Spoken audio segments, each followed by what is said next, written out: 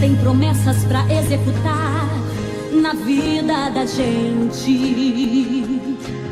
Vai além do natural, é algo fenomenal, é inédito, surpreendente. Meu Deus vai cumprir. Vão jogar pesado, vão forjar boatos, vão tentar fazer verdade virar ficção, pra fazer com que os projetos de Deus nunca saiam do chão. Mas Deus vai cumprir.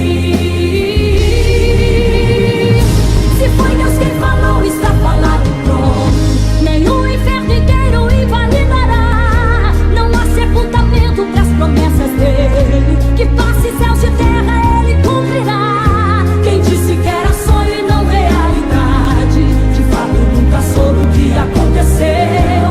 Mesmo lá embaixo ou aqui em cima, eu sempre estive na palma das mãos de Deus. E mesmo lá embaixo ou aqui em cima, eu sempre estive na palma das mãos de Deus.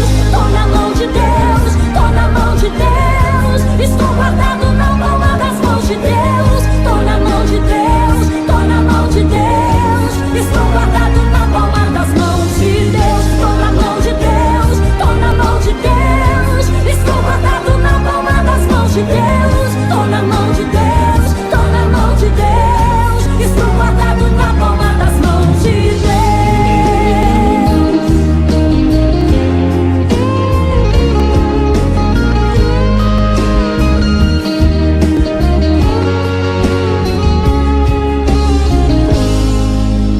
Meu Deus vai cumprir.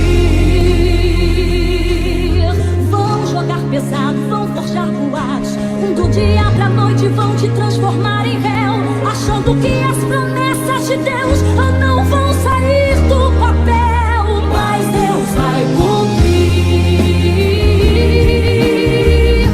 Se foi Deus quem falou, está falado, pronto. Nenhum inferno inteiro invalidará. Não há sepultamento pras promessas dele. Que passe céus e terra ele cumprirá.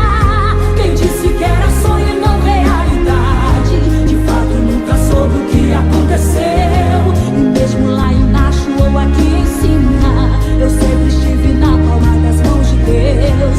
E mesmo lá embaixo ou aqui em cima, eu sempre estive na palma das